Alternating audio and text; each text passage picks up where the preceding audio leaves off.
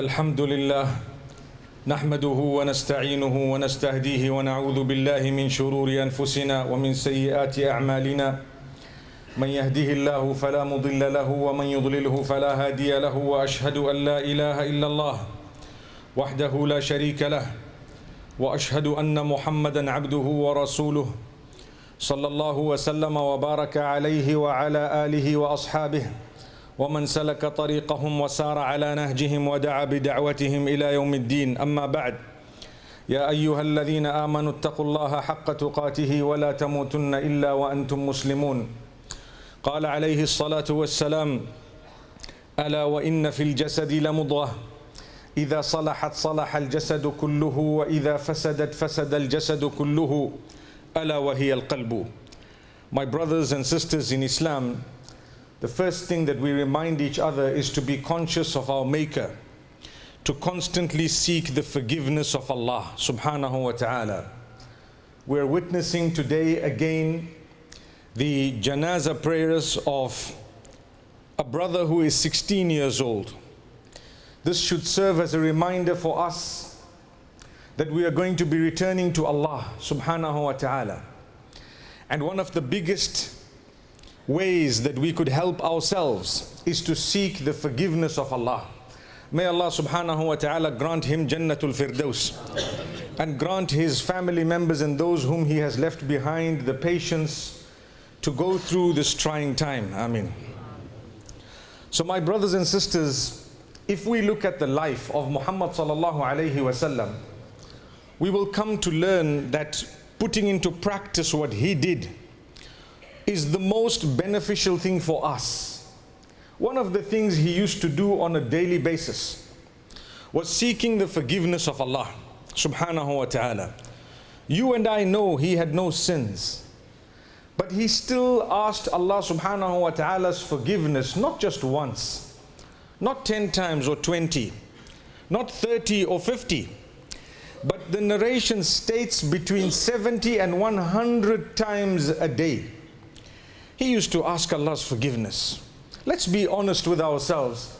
My brothers, my sisters, how many times do we let the days pass without having sought true forgiveness of Allah subhanahu wa ta'ala even once? And this is where we say we need a reminder on a constant basis. My brothers, my sisters, what does it cost you to turn to Allah? What does it cost you to repent to Allah? One day it will be your last day. When we look at the hadith of the Prophet sallallahu alaihi wasallam speaking about prayer, the 5 daily salah, he says very beautifully, Salli salata muwadda'in. When you fulfill your prayer, fulfill it as though it is your farewell prayer, which means it's the last chance I'm going to get to fulfill the prayer. Do it properly. Now, shaitan comes to us and makes us forget that. If we do not forget that, and if we were to fulfill every prayer that we engaged in as though it was our last chance to please Allah subhanahu wa ta'ala, a day will definitely come when that would be our last prayer. So there would be no regret. But shaitan comes to us and makes us think that, you know what? It's too long. You've been praying for such a long time thinking that it's your last prayer. I think it's enough now. When shaitan does that, that's when we distance ourselves from Allah subhanahu wa ta'ala. So let's persevere. Let's remain consistent in that fulfillment of the worship that we have undertaken for the sake of Allah. May Allah subhanahu wa ta'ala make it easy for us. The same applies to seeking forgiveness. That seeking of forgiveness would actually nullify, or should I say delete, cancel the sins that we have committed. And there are plenty. When you do good deeds for the sake of Allah, they automatically delete the minor sins that you may have been committing.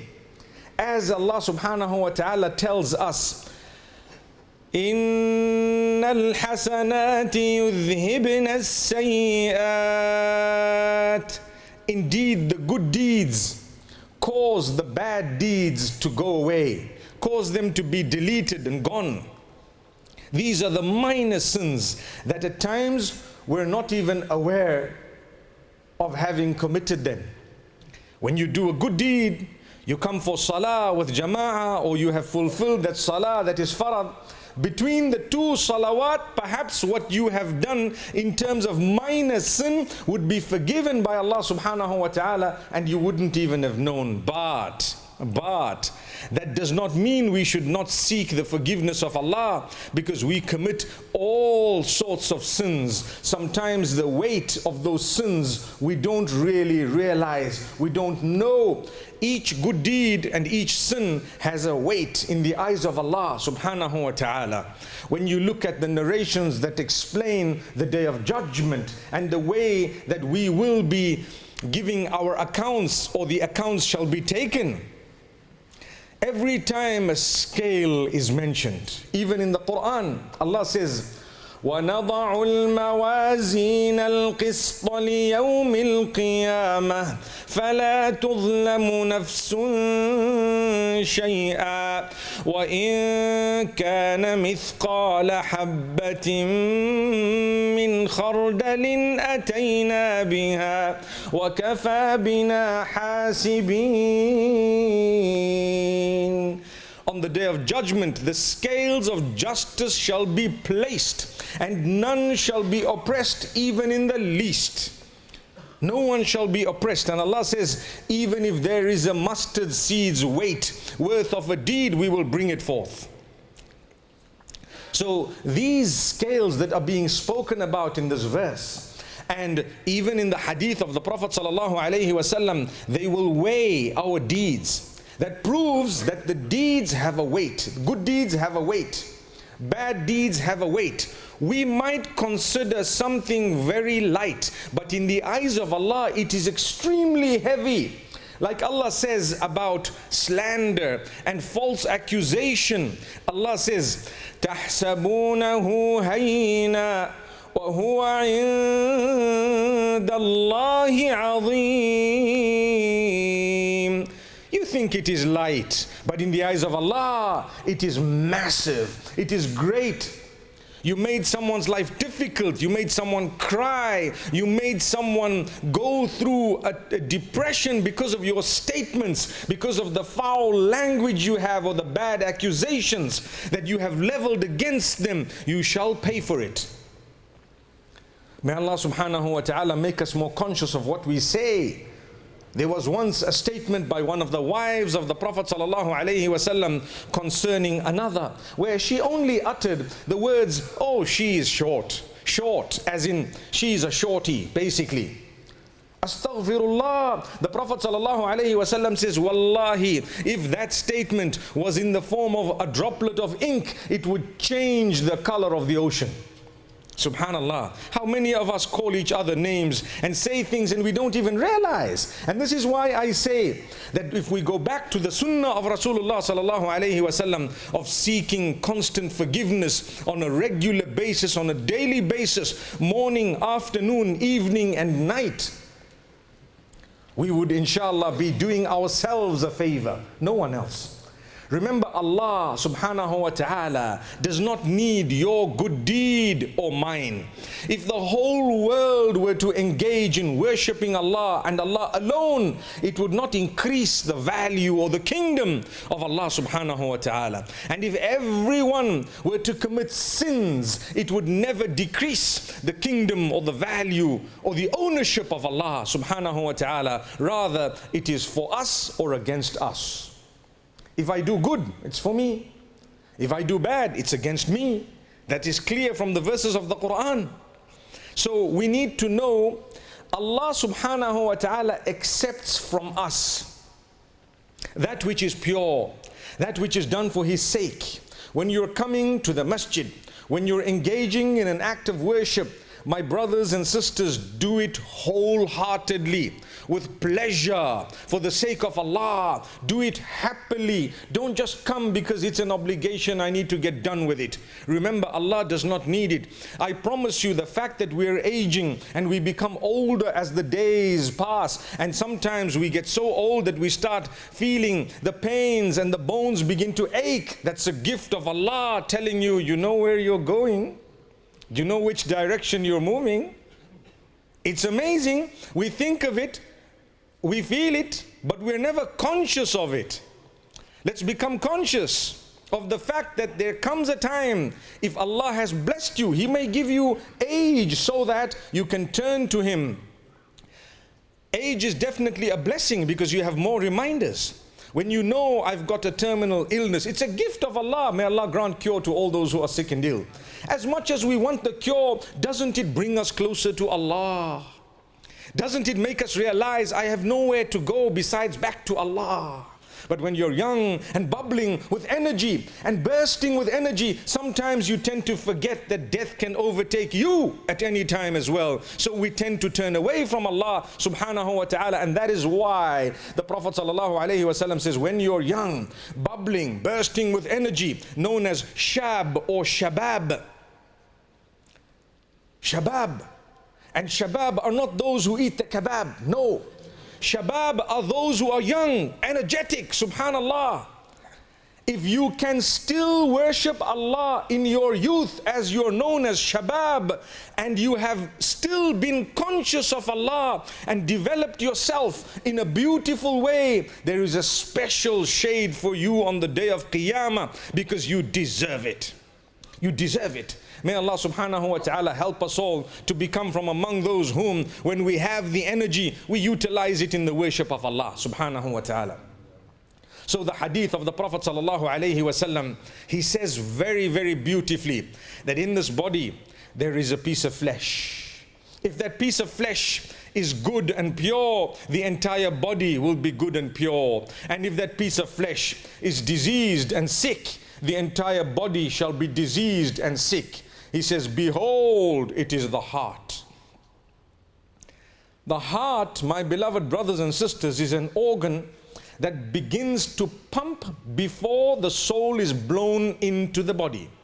Initially, according to the Islamic teachings, when you see the heart pumping in the fetus within the womb of a mother, it is not necessarily that which has a soul in it, but rather initially a muscle that is moving, doing its job, subhanallah. And then there comes a stage where the soul is blown in and it is given life. Subhanallah. Amazing. That is a heart. It starts off like a little clot. In fact, this hadith calls it mudgha, which is like a spread out little clot. A clot that is given a bit of, like a chewed clot where you have a shape to it. And what happens when the soul is blown in, it now is a heart that pumps blood and connected to the life of the human as well to a certain degree. And this is why medicine talks about someone being brain dead. It's a topic on its own, but it goes to prove a few factors that Islam has actually taught. But if we were to look at this heart, if it is pure and good in every sense of purity and goodness, then the body is pure and good. When a person is sick and ill, physically, what do? They'd like to go for a blood test. Why? Because if the sickness is in your body, it will be picked up by a blood test. That blood pumps through the heart. So if the heart is diseased, what happens? The body is diseased. I pick it up on your finger. Subhanallah. Look at the power of the words of Muhammad sallallahu alaihi wasallam. Not just the spiritual diseases, but even the physical diseases. And then you have the spiritual diseases, my brothers and sisters, the jealousy, the envy, the hatred, the love to commit sin is something very dangerous. It is a disease of the heart. If you're not going to fight your nafs, you are not going to get anywhere. If you are committing sin and you're enjoying it, your heart is diseased. You need to make sure you tackle it by being powerful, by overpowering that nafs of yours and ensuring that you fix up the cancer that might be of a spiritual nature rather than a physical nature.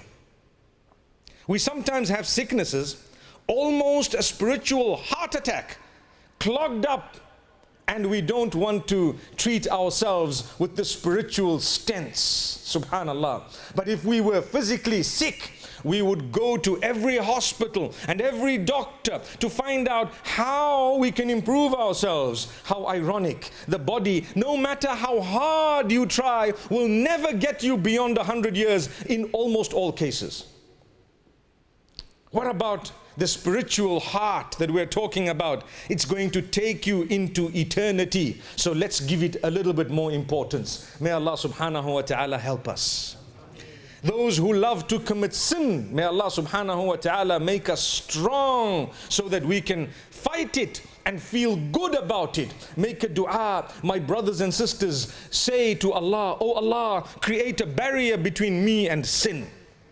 Whenever I want to sin, let a barrier come in. Allahumma kfini bihalalika an haramik waghnini bifadlika amman siwak. Oh Allah, let halal be sufficient for me such that I never ever enter into haram. And grant me independence through you so that I never need to depend on anyone else. What a powerful dua of the Prophet, peace be upon him. And one more thing I'd like to make mention of. The heart should be such that not only do we dislike to commit sin, but we love to commit good deeds, or to do good deeds, should I say. So whenever there is a good deed, fight yourself. Make sure you don't become lazy. Make sure that you love the good deed and you're doing it for the love of Allah, for the pleasure of your Maker. He made you. He is in control of you. I come to pray, I will take my time. I'm not just going to come and try to get out as soon as possible. No, I will come, I will read a little bit of Quran, I will remember Allah, I will look at my brothers and sisters, and I will feel the care within my heart for everyone, and the love and the concern to help them, to correct them, to guide them if they're going wrong, or to learn from them where I am faltering. But I'm filled with love, I'm filled with kindness, I'm not filled with hate and an ill feeling. I'm not filled with that which is negative, but rather that which is absolutely positive for the sake of Allah. Life is too short and our duties are many. So to love obeying Allah, to love goodness for others, to love for others what you would love for yourself, all these are part and parcel of the purification of this beautiful heart. And in this way, when we seek the forgiveness of Allah subhanahu wa ta'ala, we will definitely be heard by Allah. And I want to share with you the best news. The Prophet sallallahu alaihi wasallam says, "At-ta'ibu min adh-dhanbi kaman la dhanba lah." He who seeks forgiveness from the sins is equivalent to the one who did not commit sins, or who does not have sins at all. What great mercy of Allah subhanahu wa ta'ala. One who did wrong and then recollects and says, oh Allah, I did wrong. He has now recognized Allah subhanahu wa ta'ala. He now knows that it is Allah who will forgive me or punish me. Isn't he equal to the one who always knew that? Haven't they now got to a similar level? Subhanallah. A person who has 500,000 pounds or $1 million is now known as a millionaire. And if someone else made it after 20 years, he's also now known as a millionaire. Subhanallah. Look at the mercy of Allah subhanahu wa ta'ala. May Allah subhanahu wa ta'ala forgive every single one of us. بارك الله لي ولكم في القرآن والسنة ونفعني وإياكم بما فيهما من الآيات والحكمة. أقول قولي هذا وأستغفر الله لي ولكم ولسائر المسلمين فاستغفروه إنه هو الغفور الرحيم.